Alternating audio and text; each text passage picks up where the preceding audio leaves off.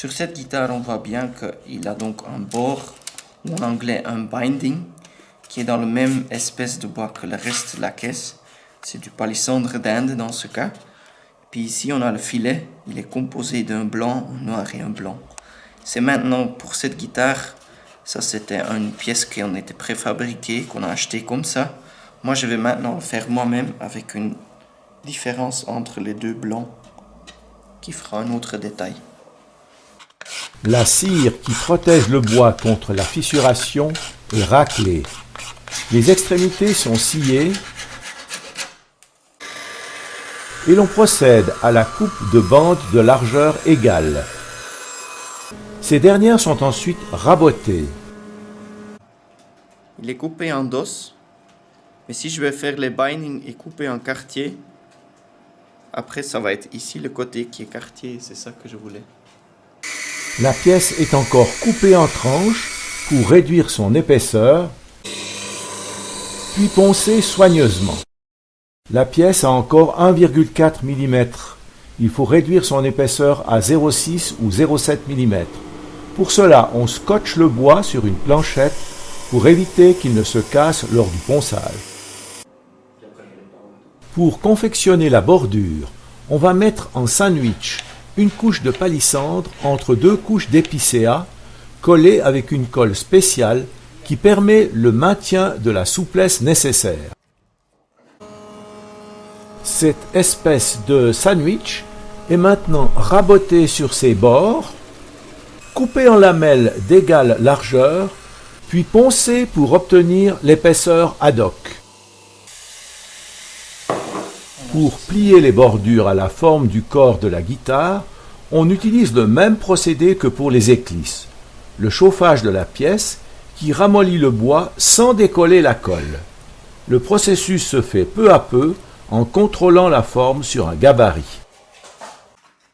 On procède de la même façon pour les bordures du dos de la guitare. Une fois les diverses couches collées ensemble, les bords sont rabotés. On coupe de fines lamelles alors que la bordure a déjà pris sa forme courbe définitive.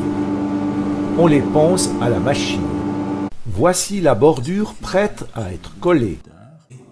Donc ici qu'on voit que la caisse elle est fermée, par contre la table et le fond ils dépassent encore les éclisses. Ce que je vais faire maintenant, je vais le mettre à fleur, les éclisses et la table. Comme ça on peut après faire le canal dans lequel on va mettre le filet et le bord. La guitare est placée sur un support et l'excès de table est d'abord coupé avec un ciseau à bois. L'instrument est positionné au millimètre. Une fraise passe tout autour pour une découpe précise de cette table.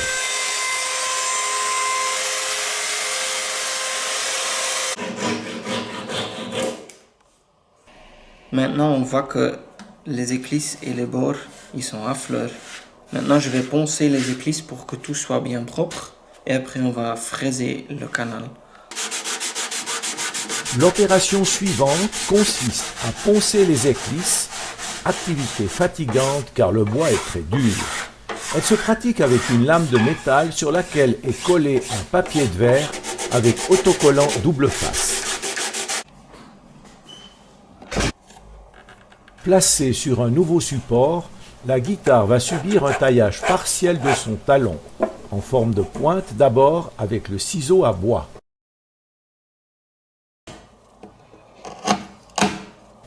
Un marquage au crayon est nécessaire afin de ne pas abîmer les éclisses lors de cette intervention.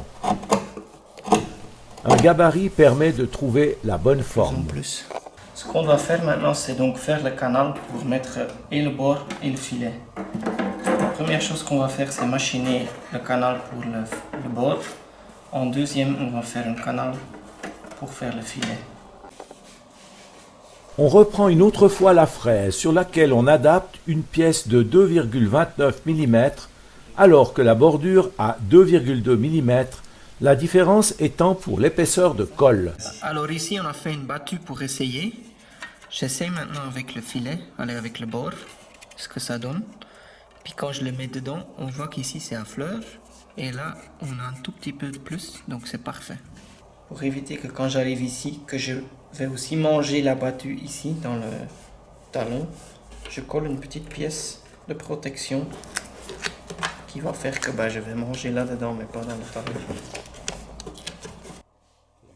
Après mise à niveau et fixation de la guitare, le fraisage s'effectue tout autour, la protection du manche évitant qu'il ne soit tailladé. Au contrôle, la battue a la bonne taille pour la bordure. On voit que ça dépasse encore un tout petit peu, c'est moins que un demi-millimètre. Puis maintenant on va faire à la table le même.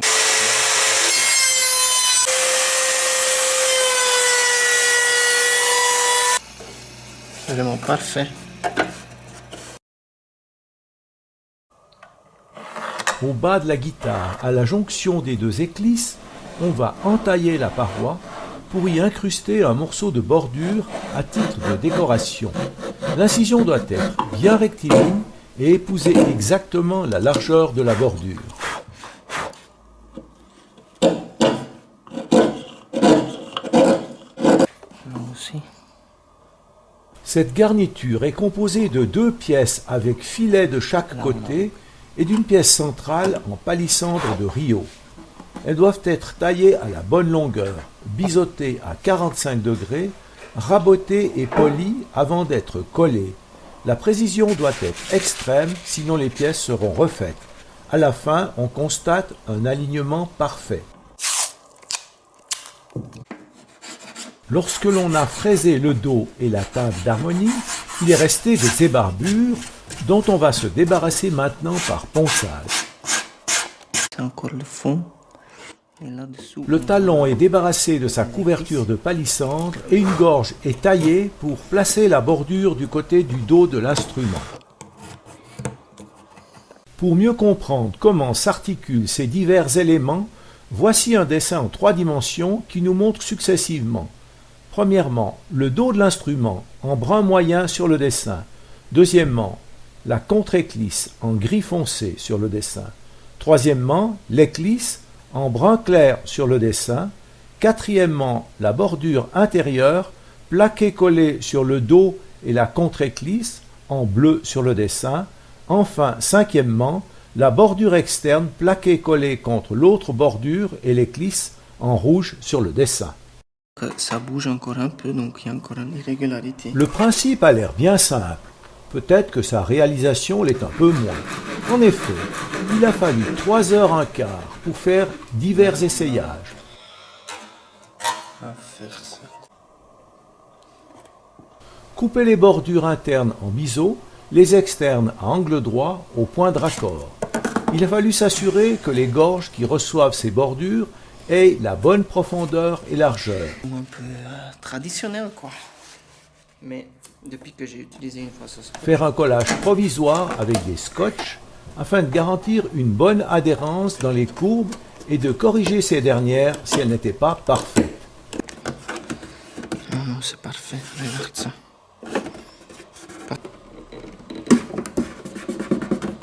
La même opération a été pratiquée pour le côté de la table d'harmonie avec une légère facilité du côté du sommet de la caisse qui sera caché par la touche en ébène.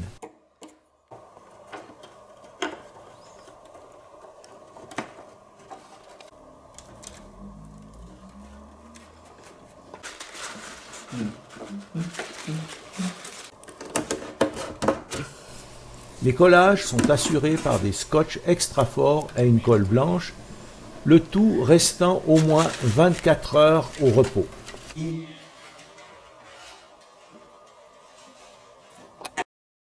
24 heures plus tard, on va enlever les scotch des deux côtés. La source de chaleur sert à ramollir la colle qui, sinon, risquerait d'abîmer l'épicéa de la table de résonance. L'arrachage se fait en diagonale avec prudence. Il en est de même pour le dos de l'instrument, bien que cet autre bois soit plus résistant. La finition des bordures consiste à les mettre à fleur par rapport à la table d'harmonie et au dos. Pour cela, on procède aux opérations suivantes.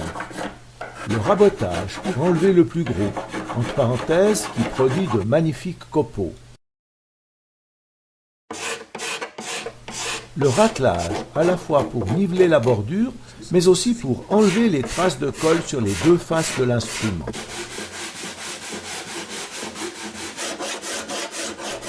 Le ponçage énergique et avec du papier de plus en plus fin pour égaliser toutes les imperfections. Une opération naturellement faite sur les deux faces. Ici, ce sera de l'ébène. Un petit triangle est découpé au ciseau à bois dans la bordure. La pièce d'ébène est ajustée et collée. Les décorations du bas de caisse ont eu le temps de sécher. Pour les finitions, c'est comme d'habitude, rabotage, raclage puis ponçage intense. La découverte du dessin est une vraie merveille. Les 4 parties en biseau sont parfaitement alignées. C'est maintenant au tour des éclisses de subir le même sort, sauf que l'on n'utilisera pas de rabot. Le raclage est intensif, vu la dureté du bois et la nécessité d'enlever toutes les traces de colle. C'est avec une fraise spéciale que les bordures vont être arrondies sur les deux faces de la guitare. Une fois la fraiseuse bien positionnée, le travail est très vite fait et plus précis que si on l'avait exécuté à la main. C'est le moment de revenir au talon puisque la pièce d'ébène a eu le temps de sécher. On procède au raclage, ponçage pour le mettre au même niveau que le dos. Puis, à l'aide d'un ciseau à bois, on commence à le sculpter pour obtenir la forme imposée par le gabarit.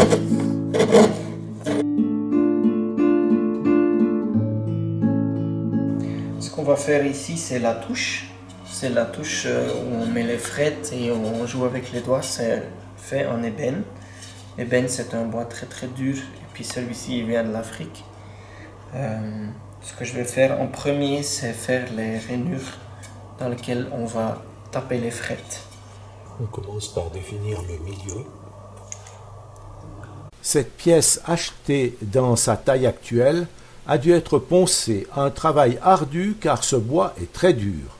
Elle est collée sur un gabarit avec du scotch double face. Donc c'est une lame spécialement faite pour les frettes. Elle a une épaisseur de 0,58 mm. Et puis c'est juste pile poil ce qu'il faut pour les frettes. Il y a ce crochet qui va dans le gabarit. Je dois bien tenir le gabarit aligné. Je passe, j'enlève et je fais toutes les traces.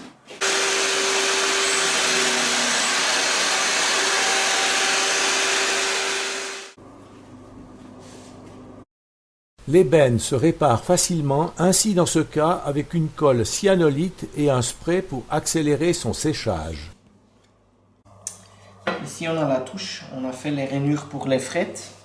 On va couper le fret 0 en fait là où il y a le sillet, où ça commence. Et après on va la tailler dans la bonne forme de la touche. La précision de la coupe est indispensable pour obtenir une bonne sonorité de l'instrument. Un bon coup de ponçage améliore cette précision. Il est indispensable de rechercher la médiane pour pouvoir lui donner une forme de cône tronqué que l'on obtiendra avec un rabotage précis. 11, 12. Au 12e fret, ça c'est quand il arrive à la caisse, il doit être 62. Donc ici on voit la touche, je vais la positionner au bon endroit. Après on va visser, laissez pas visser, on va forer 2 petits trous qui vont tenir 2 clous. Et comme ça on peut à chaque fois repositionner la touche au même endroit. Ça va nous permettre de travailler ici la touche. Ici la table et le manche, ils ont un peu un angle et je dois maintenant enlever du bois ici pour que ça soit parfaitement bien plaqué partout. On fore les trous pour placer les clous.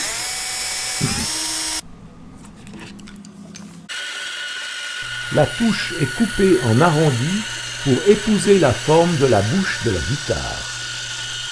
Ça, c'est donc le 12e fret. C'est ici qu'il y a la jointure entre la caisse et le manche.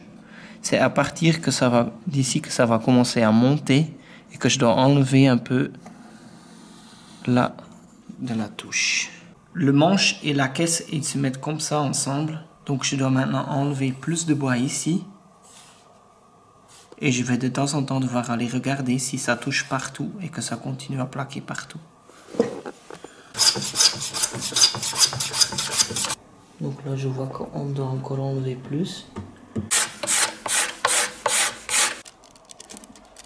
Lorsque le papier de cigarette reste coincé entre les deux pièces de bois, c'est que l'ajustage est réussi. On peut maintenant, après marquage au crayon, faire la découpe définitive de la touche au niveau de la bouche.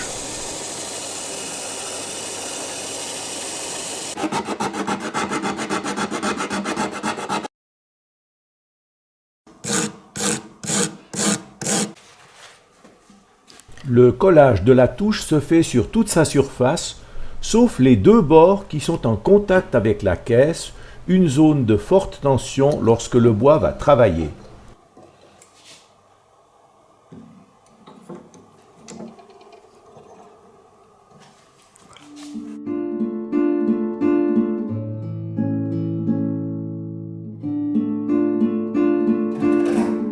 Maintenant que la touche est collée, il faut s'attaquer à la mise en forme du manche, un travail complexe, très physique, qui va prendre 3h30. Il va falloir jouer des divers outils, lime, canif, gouge, rabot, râpe, papier de verre, pour mettre cette partie de la guitare à sa forme définitive. Dans son état actuel, le manche est plus large que la touche. On va réduire sa taille en largeur et en épaisseur. Du côté du talon, il y a des formes complexes à réaliser, un peu comme celle d'une proue de navire.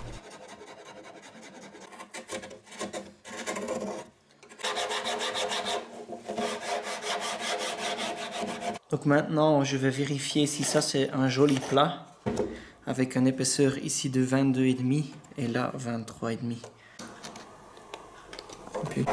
Sur sa longueur, le manche est arrondi et sa surface doit être parfaitement lisse, sans quoi le guitariste risque d'être incommodé par un relief irrégulier. Le calibreur va intervenir souvent pour assurer l'épaisseur idéale et régulière. Du côté de l'extrémité du manche, on réalise un arrondi avec un gabarit. Les garnitures latérales retrouvent leur forme. Le manche est maintenant lisse et plat. Enfin, voici le résultat final.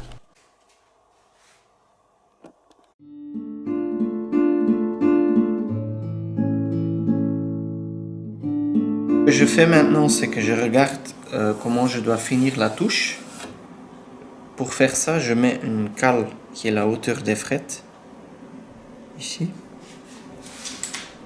Ici, j'ai fait une cale qui est en biais, qui montre la hauteur de la frette plus la distance entre le fret et la corde. Celui-là, je mets ici. Là, j'ai une cale qui a la hauteur du sillet dans le chevalet, que je dois mettre au bon endroit. Et après, je dois regarder si un règle touche les 3 points 1, 2 et 3.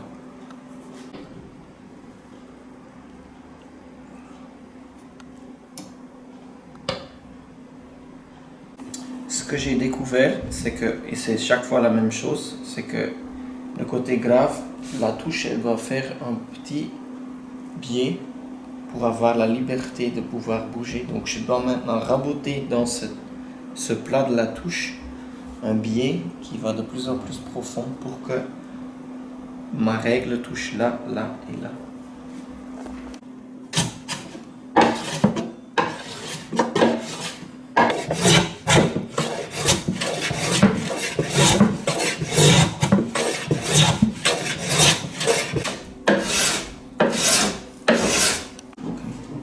Maintenant, j'ai vérifié donc que les 3 points sont alignés, l'angle est juste.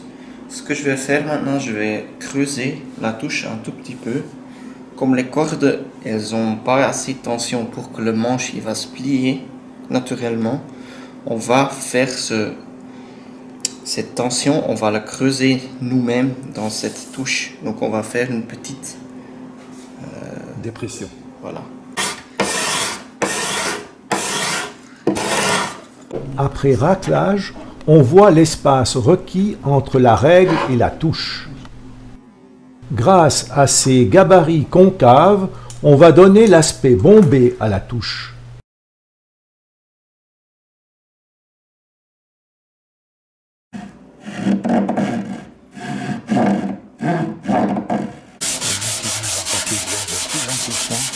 Pour enlever les griffures.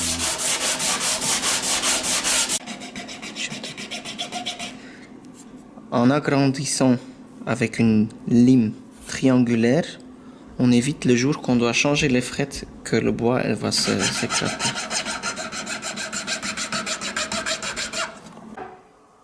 Les frettes sont livrées sous forme de baguettes qu'il faudra nettoyer, incurver, puis couper avant de les placer sur la touche un peu plus longue que la largeur de cette dernière.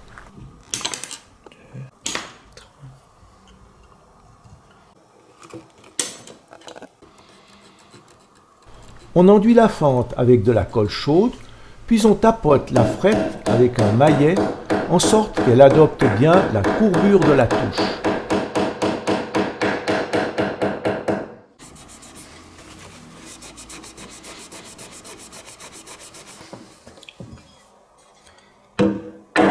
Une réglette permet de contrôler l'alignement des frettes.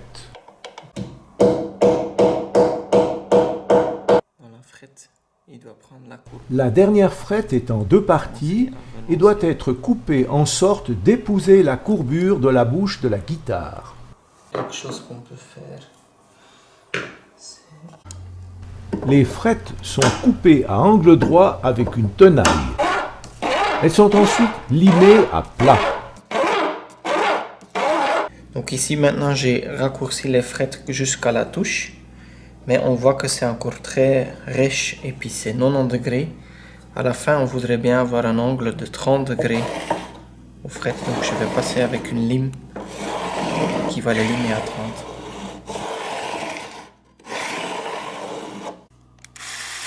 Sur la tranche de la touche, on va insérer une petite pièce de nacre qui sert de repère au guitariste lorsqu'il joue.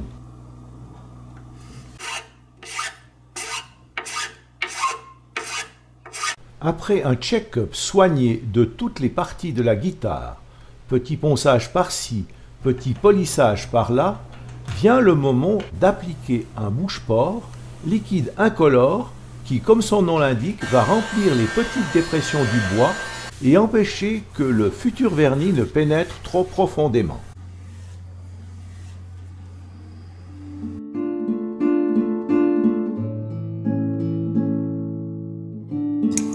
Ici, c'est le chevalet qu'on va utiliser pour cette guitare. Elle est par quelqu'un préfabriquée sur le CNC.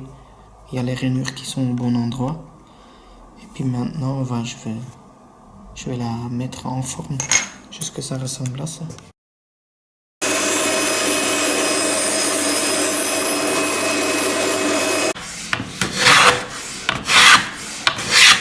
On va maintenant le poncer. Parce que la table, elle a une petite voûte. Et je vais maintenant poncer cette voûte aussi dans ce chevalet. Donc ici, j'ai fait un gabarit dans lequel on va placer le chevalet. C'est dans ce sens. Et cette courbe est la même que la voûte de la table. Je vais glisser ça dans mon calibreuse Et ça va faire que ça va poncer le même arrondi. Celui-là, il va aussi revenir là-bas.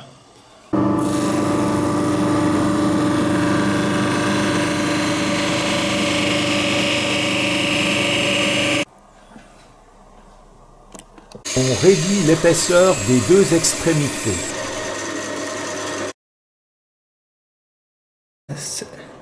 Je dois enlever celui-ci parce que j'en ai pas besoin.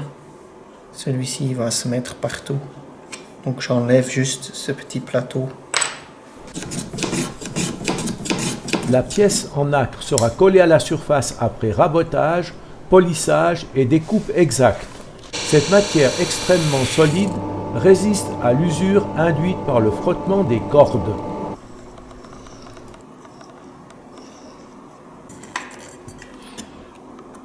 Le chevalet va encore subir des finitions au niveau des deux extrémités.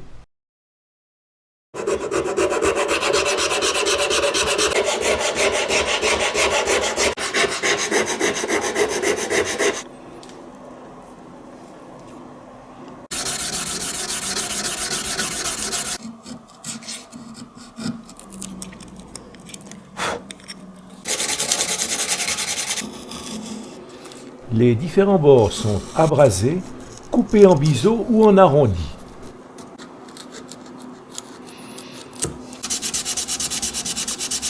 La prochaine étape est celle du biseautage des extrémités, réalisé avec un guide afin d'assurer le même angle des deux côtés. La pièce, une fois terminée, se présente ainsi. Pour définir la longueur du chevalet, on divise ce côté en deux. Et ça nous donne la longueur. Le sillet est poncé, poli et placé dans la rainure du chevalet. Voilà la présentation au stade actuel. Donc maintenant j'ai tout préparé pour positionner le chevalet. Je ne vais pas le coller maintenant parce qu'on va d'abord faire le vernis. Mais je vais coller quelque chose pour protéger l'endroit où il va venir. Donc pour positionner le chevalet, j'ai fait une moule qui montre les cordes. Les extrémités, c'est le mi et le mi.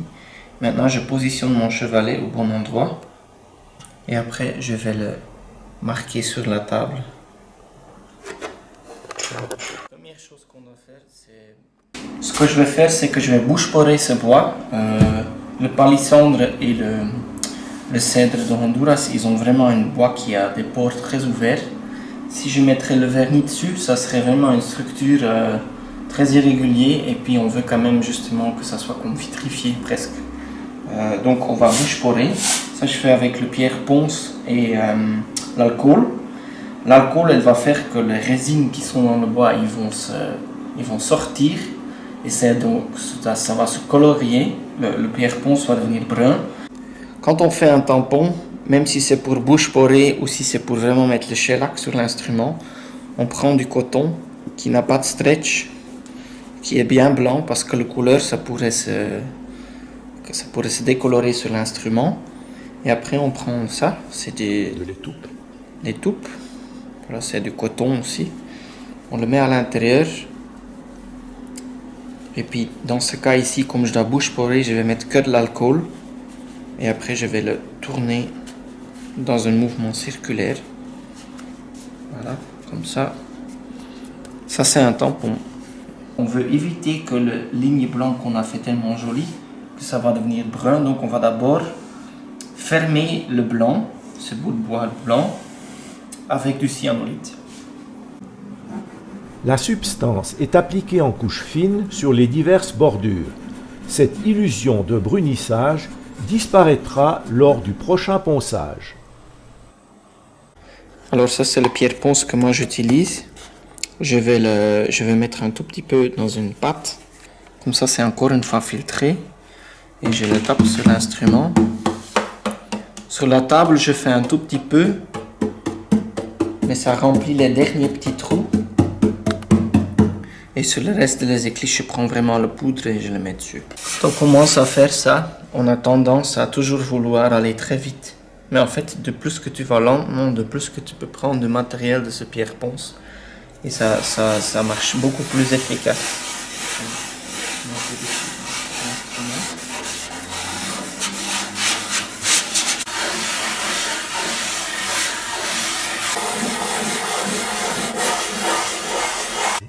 Ça, c'est le pierre ponce. L'alcool dans le tampon. Et quand je tourne, le bois il va décolorer et il va colorer le pierre ponce. C'est pour ça que j'utilise cette technique parce que le pierre ponce a vraiment la couleur du bois. Quand on fait ce traitement de bouche-porage, ce qu'on a rempli, ça va sécher, ça va se rétrécir. Et demain, je dois refaire ça. Puis après, quand on met le vrai vernis par-dessus, dans quelques temps, tout va se rétrécir encore et on voit juste un tout petit peu tous les petits pores dans le vernis. Et c'est pas trop fort, mais c'est un tout petit peu. Et ça fait justement le côté pas vitrifié comme dans une usine, mais quand même artisanal et quand même brillant. Donc cette mélange, je trouve ça très subtil, mais très joli.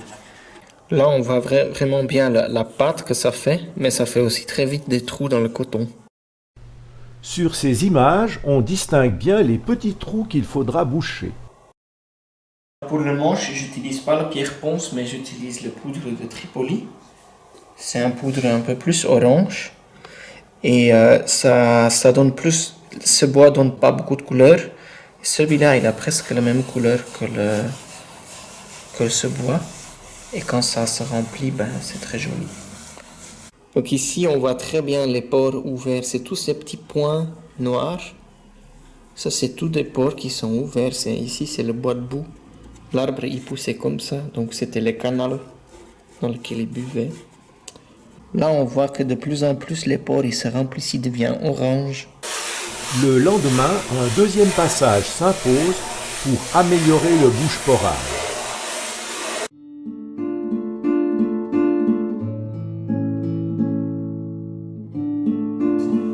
Pour le vernis, on va utiliser le vernis le plus noble qui existe, à mon humble avis. C'est le vernis au tampon. C'est un vernis qui est très très fin et c'est des flocons qu'on peut acheter. C'est la sécrétion d'un puceron qui vit sur des arbres dans lesquels il pond ses œufs. Et nous, on gratte ces arbres, on enlève ça, on les nettoie et on a ça. Et ça s'appelle du shellac. On va le diluer dans l'alcool et quand on va mettre ça sur l'instrument, l'alcool va s'évaporiser et c'est ça qui va rester sur l'instrument comme une seule couche très très très très fine. Alors pour faire mon mélange, je fais ça avec un rapport de 100 ml d'alcool et 24 g de shellac. Ça me donne en anglais un 2-pound cut. Et cette mélange, je trouve que c'est la meilleure pour commencer à mettre le vernis. À force de continuer à mettre les couches, on va toujours de plus en plus fin, mais pour commencer, cette épaisseur, elle est parfaite. Donc par après, ce sera plus ou moins dilué? Moins dilué. Alors, on va faire 100 ml. Hop.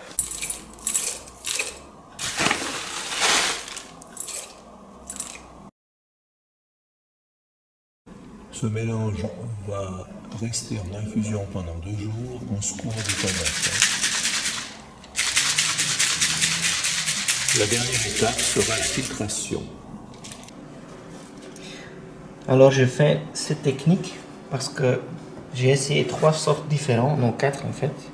La première sorte, c'est celui qui prend le plus de temps, c'est que quand on utilise le tampon à l'utilisation normale, c'est-à-dire on charge très très peu avec le shellac. Et après ça dure des jours et des jours et des jours avant que tu aies une couche. Après j'ai essayé en giclant le shellac sur l'instrument pour avoir une couche, qu'après je ponce et après je fais de nouveau avec le tampon. Ça allait assez bien. Après j'ai essayé avec un pinceau. Ça marchait aussi assez bien. Et maintenant je fais avec le tampon mais très très fort chargé. Et je trouve que ça marche le mieux parce que j'ai le moins de perte de quantité de shellac. Je peux faire avec mon bocal que j'ai fait au début, je peux faire toute une guitare. Et ça m'arrange quand même. Quand je giclais, j'avais besoin de 2 bouteilles. Quand je faisais avec le pinceau, il y avait trop de dénivelé. Et avec cette manière, je peux bien gérer la quantité que je mets dessus. C'est comme souvent dans la lutherie, quand Quand on fait quelque chose, au début ça a l'air moche et sale. Il y avait la colle par exemple ou des autres choses. Et puis après, à la fin, quand on commence à poncer, on voit la beauté apparaître. Et ici, c'est exactement la même chose. Maintenant, ça ressemble à rien. C'est comme si c'est vraiment quelqu'un maladroit qui a verni cet instrument.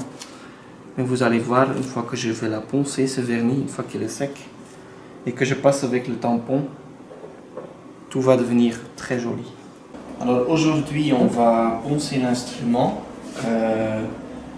J'ai mis, je ne sais pas combien de fois, mais en tout cas 9 couches de shellac assez gros dessus. Et puis maintenant, je vais tout poncer pour que j'ai une seule couche uniforme.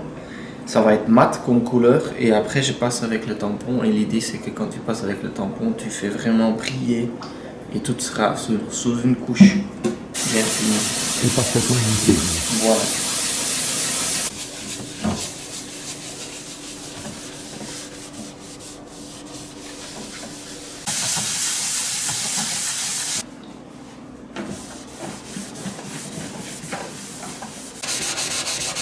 On va effectuer le même travail d'une part sur le dos de l'instrument, mais également sur les éclisses. Beaucoup plus vite maintenant, donc des griffes. Ici on voit très bien ce que j'ai déjà poncé et pas poncé. Ce qui est mat, c'est poncé, c'est nivelé. Tout ce qui brille encore doit être nivelé, donc je dois encore poncer beaucoup plus pour que tout soit dans le même plat. Ceci c'est un outil que j'ai fait, c'est du feutre très épaisse que j'ai enroulé, bien serré. Là-dessus je vais mettre un tout petit peu de poudre de Tripoli. Et ça c'est de l'huile à polir, on met un peu dessus. Avec cette huile et avec le poudre de Tripoli, on va aplanir la table et tout le reste de l'instrument.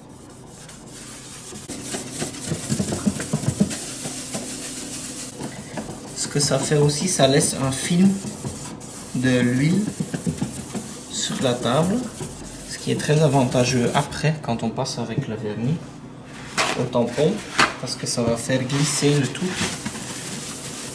Là, j'enlève le surplus.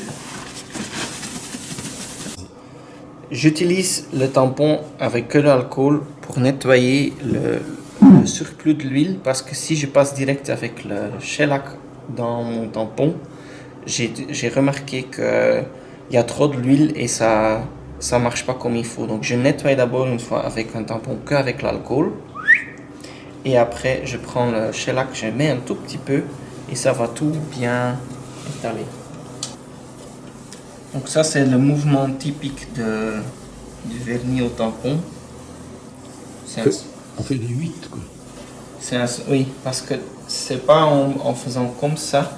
Avec un tampon, tu peux jamais revenir sur le même chemin. Tu dois toujours être en mouvement. Parce que quand tu arrêtes quelque part, l'alcool, elle brûle dans le vernis. Là, je vais prendre le tampon, je vais rajouter un tout petit peu de shellac. Et ce shellac, il va remplir les derniers griffes.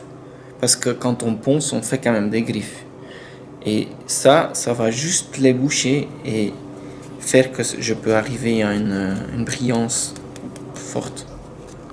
Il y a des plis ici dans le tissu, les plis doivent être là, mais pas ici. Si on a un pli ici, ça peut faire vraiment une trace dans le vernis et on peut recommencer. Tout est un peu une question d'expérience, de savoir à quel moment est-ce que je peux pousser plus fort ou moins fort. S'il y a encore trop d'alcool et tu pousses trop fort, tu vas brûler dans les couches. S'il y a déjà plus d'alcool dedans, ça sert à rien. Donc c'est vraiment quelque chose de... Mais tu vois qu'il commence à briller. C'est vraiment quelque chose de très subtil qui m'a pris beaucoup de temps à découvrir. Mais maintenant, j'ose dire que je suis assez proche de la compréhension. De la perfection. Et de la perfection. Donc ici sur le dos, on fait la même chose. Je prends un peu de poudre de Tripoli, je prends mon tampon. Les derniers petits défauts, ils partent avec ça. Quand on fait comme ça, on voit qu'il y a de l'huile dessus. On voit la trace de mon doigt dans l'huile. On va prendre maintenant le tampon 1. C'est un mouvement, c'est un sentiment très sympa en fait de faire ça. Et là on voit sur l'huile, tu vois le petit nuage qui se balade derrière moi, tu vois, et il part. Et ça c'est quand l'alcool, elle s'évaporise, tu vois, elle part. On voit le chemin là, et ça c'est l'alcool qui se dépose sur ma guitare, et c'est l'huile qui fait qu'on le voit. Voilà le résultat. Le dos de la guitare est un vrai miroir où se reflète la vitrine de l'atelier.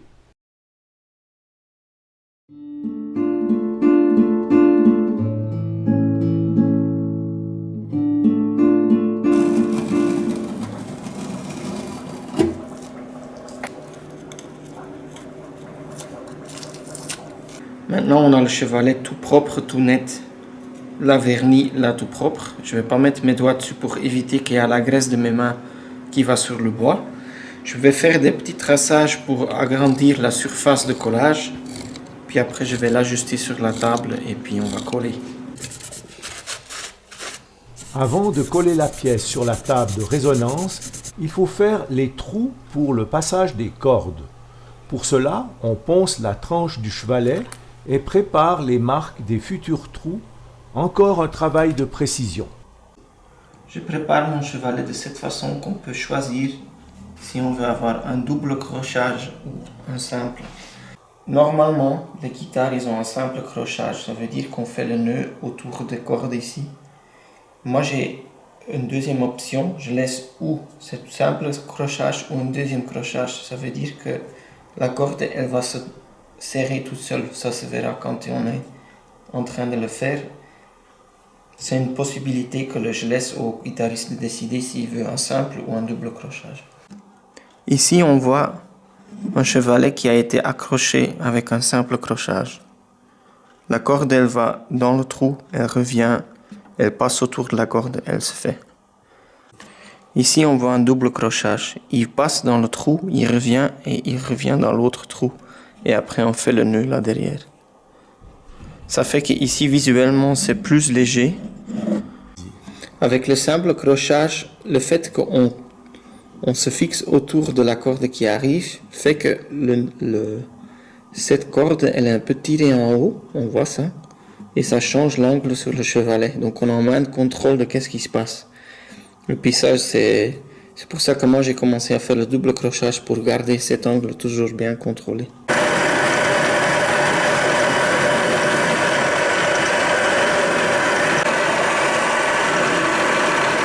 Je vais maintenant marquer où ça sort ici, je vois que c'est là et là.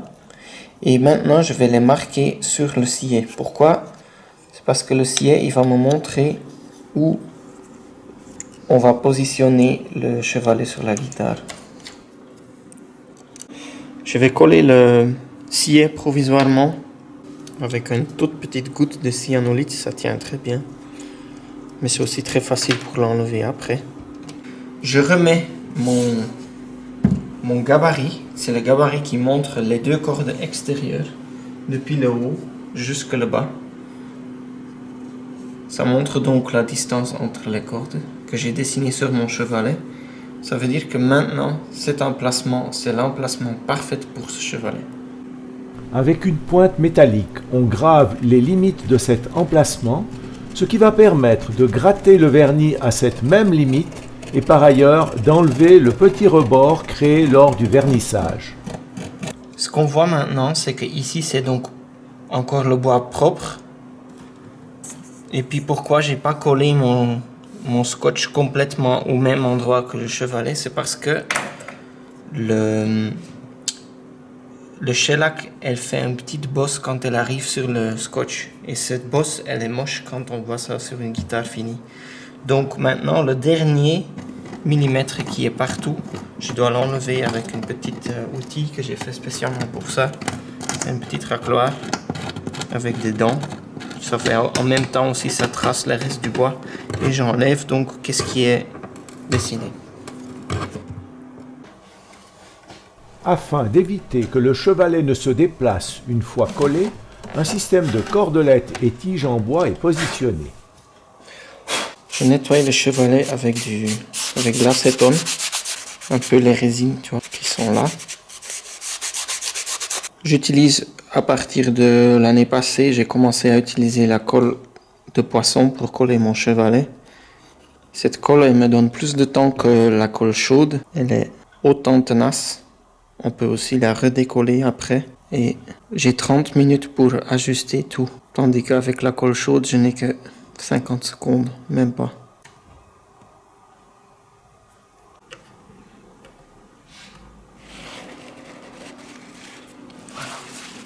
Donc aujourd'hui, on va finir la guitare, on va installer des mécaniques qui sont faites par Alessi dans ce cas. Et puis après, on va installer le sillet en haut, le sillet dans le chevalet. Et après, on va tendre les cordes, regarder les réglages. Et après, on a une guitare nouvelle, toute prête.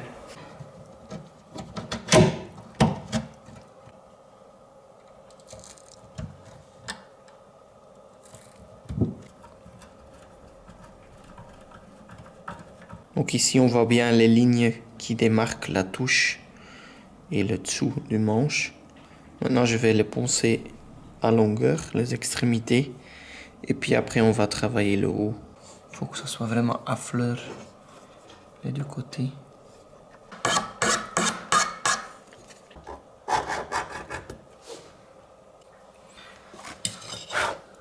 Alors, je sais que les cordes, ils ont des épaisseurs différentes. Et donc, je vais choisir mes cordes. L'épaisseur, je vais chercher la ligne en fonction de l'épaisseur de la corde. Et c'est comme ça que je fais la rainure en fonction de l'épaisseur de la corde. Pourquoi tu mets ce graphite? Parce que comme ça, les cordes ils glissent plus facilement. C'est maintenant au tour du sillet du chevalet d'être placé. Les cordes sont nouées selon la technique expliquée auparavant.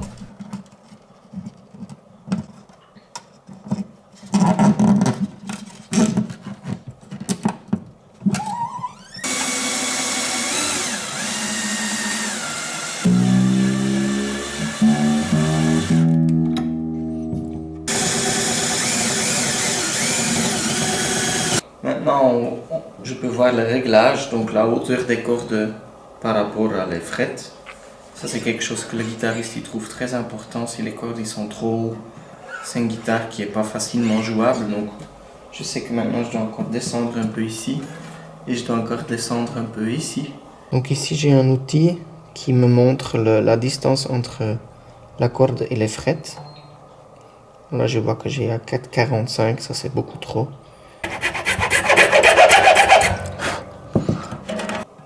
C'est encore un peu trop.